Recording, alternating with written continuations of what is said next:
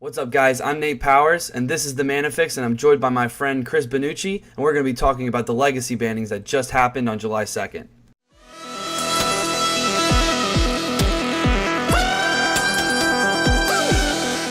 So, Chris, what are your initial reactions to them getting rid of Deathrite, Shaman, and Gitaxian Probe in Legacy? Well, I had a lot of mixed feelings about it. I'm a semi-competitive Legacy player. I don't travel the world for Grand Prix, but I do the occasional 1K and stuff like that. I was playing Deathrite Shaman, and Gitaxian Probe was not in my deck, but it was in most decks you come across in Legacy because most people were playing Grixis Delver. That was like... So what version of Delver were you playing? Well, I wasn't playing Delver, actually. I was playing... there's an archetype called Check Pile or 4-color Leovold. I was playing a 3-color version, Sultai. Okay. Creature Leovold. Are you familiar with Leovold? Yeah. So you were playing like a lockdown, no fun deck? It wasn't really a lockdown, no fun deck. It was more of just a fair control deck with Force of Will in it. And pieces like Leovold, Baleful Strix, Deathrite Shaman, and True Name Nemesis to win the game. Win con. Okay, cool. They were the fun, weapons, actually. And also had Jace the Mind Sculptor.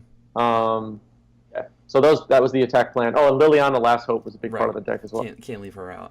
I was playing a 3-color version because I like Wasteland in Legacy, especially the local meta here in New York. There's a lot of lands players and turbo depth players. Wasteland comes in handy. So yeah, I was playing Deathrite Shaman. I liked the card. I thought it was a fun card, unlike Sensei's Divining Top, which was the last card to be banned in Legacy. The problem with Sensei's Divining Top versus Deathrite Shaman and Gitaxian Probe was just that Sensei's Divining Top, at least in my opinion, made the games boring and long.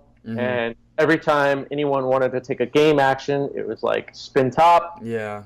Look at my 3, order, put it down, or whatever. Yeah, and the counterbalance, Sensei's Divining Top lock, was just really unfun. Right. Deathrite Shaman felt like a fair card. It was a powerful card. It was like a 1-mana Planeswalker in a lot of ways. And it was mana ramp, it was the game ender, it helped you survive against burn. It did a lot of different things. Yeah, I agree. I've always been of the opinion it's a strong card, and it just needs to have other cards to fight against it, which I think is one of the, when we talked before, this was one of your points. Right. So back to the original question, I guess, what was my reaction? My reaction was this might be for the better of Legacy. The diversity of decks might get better, but I can't help but feel disappointed that they couldn't, with the commander sets, the battle bond sets, even standard sets. I mean, they do print cards that are relevant in standard sets for Legacy. Absolutely. They couldn't innovate their way out of the problem with cards that burn players for not burn the archetype, but burn people for running Gitaxian Probe and Deathrite Shaman in their decks, and push the cards out of the format more naturally. They had to ban them, and that's just not a fun, creative way to solve a problem. It's more just a kind of... It's the easy way out. It's a quick fix. Legacy takes a long time to change, and it feels like... And I was just playing Legacy last night. I was kind of preparing for this interview by asking a few people what they thought, and it's pretty much unanimous, at least in the local players here in Queens, that the cards needed to be banned because of deck diversity and all that, but we're still recovering from the Sensei's Divining Top ban already. Right. Like, the format really hasn't had a chance. It seems like a long time ago to standard players, modern players.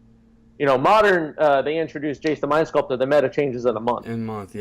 But Legacy, without, like, giant tournaments every weekend, takes a really long time for people to figure it out. Change meta. And even within the last year, Check Pile and 4-color Leovold decks, along with Grixis Delver, Ad Nauseam Tendrils, these decks have been changing very slowly. It's like, what's that phrase, like, watching paint dry sometimes? Like, maybe it's been boring to some people, but the format, even me on a weekly basis, I'm switching out 2-3 cards on my sideboard, trying to swap a main deck card, cut a Baleful Strix here and there, maybe cut a Ponder, trying things, trying to innovate my way out of the format being kind of stale, at least to some people. Now, locally here in Queens, the meta has been pretty diverse for us, just because everybody's trying wacky. Can I curse?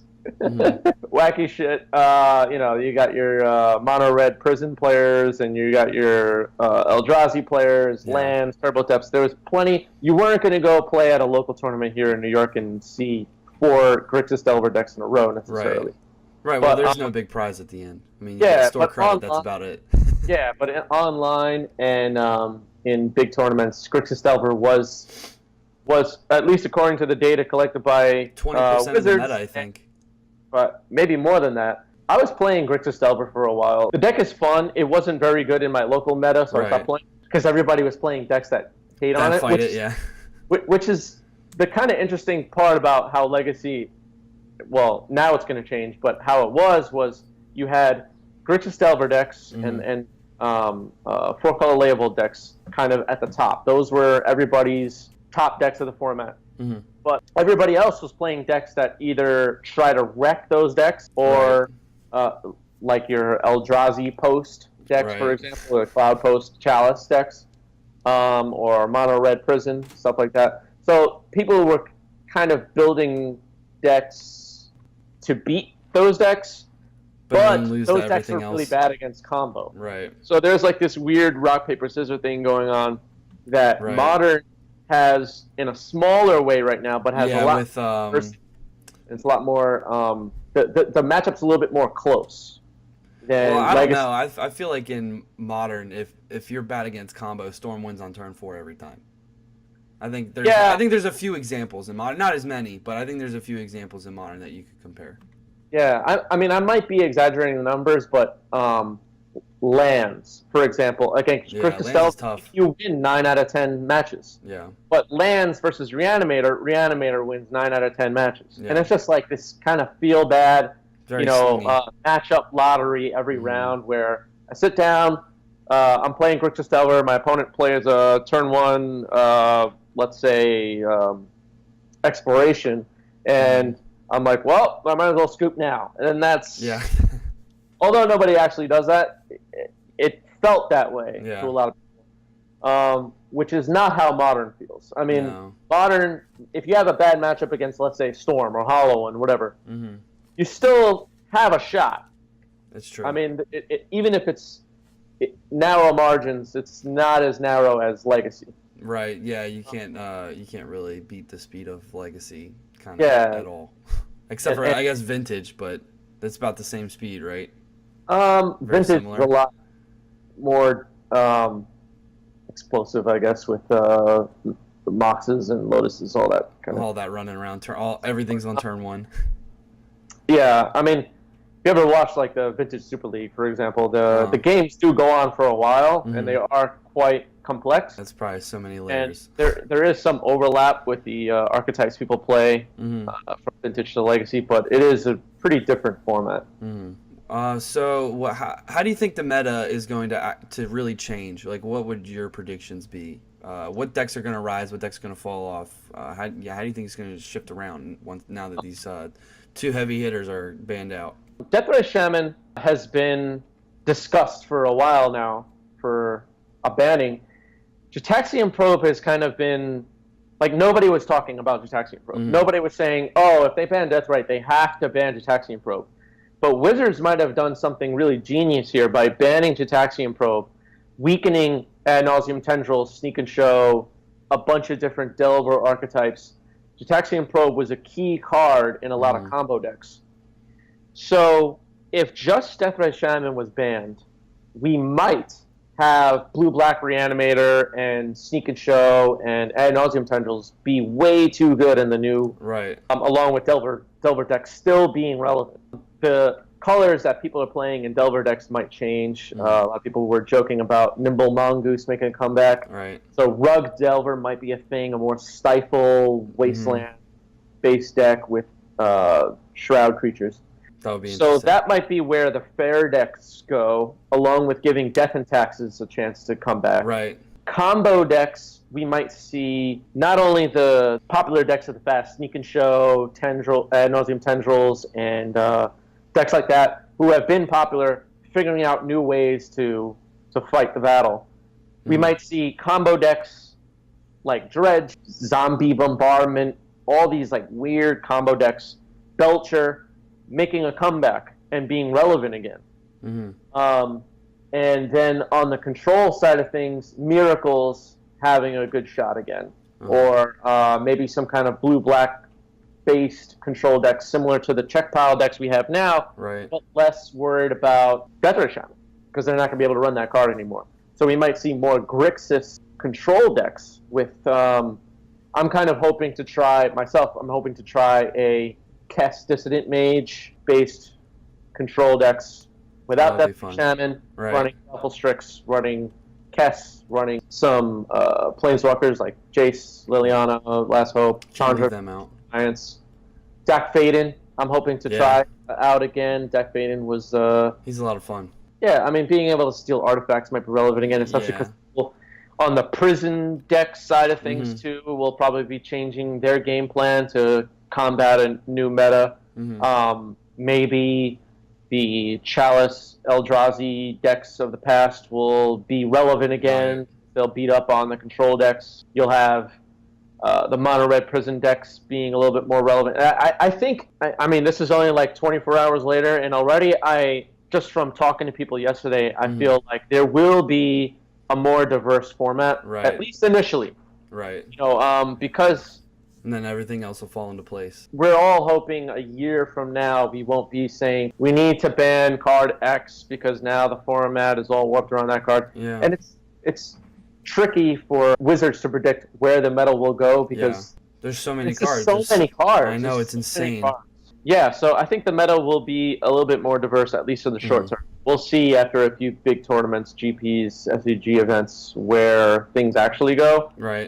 Hopefully we won't have a top 8 of 8 Rug Delver decks. Yeah, we don't need another Saheeli Rai in Standard. You know, it's kind of funny. It's kind of funny watching Wizards go crazy with these bannings. They printed the new Emrakul, and then everybody lost their damn minds. And so they were like, all right, we got to ban, and they've been ban happy all year ever since.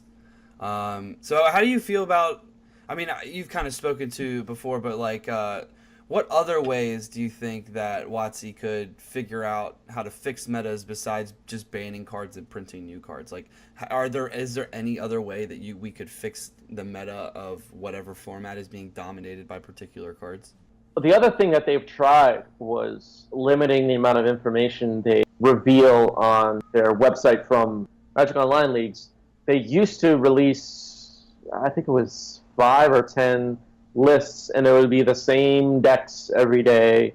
But now they made a longer list so that they release 20-something maybe lists on a weekly basis for each format, and keeping the format looking as diverse as they can.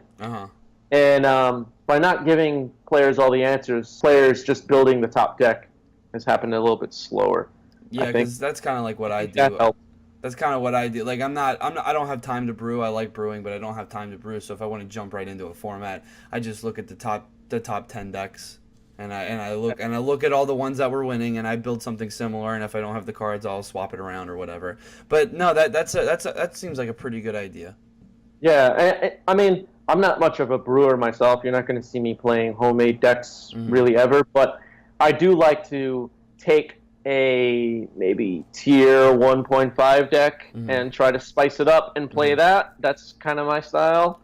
I don't like I'm not although I played Grixis Delver and Check Pile in Legacy, I'm not necessarily the guy who just copies, pastes a list. I'm at least going to swap a bunch of cards and try them out and try to collection for it. That's for sure. I'm the guy who, nobody expects Blood Moon and I play it.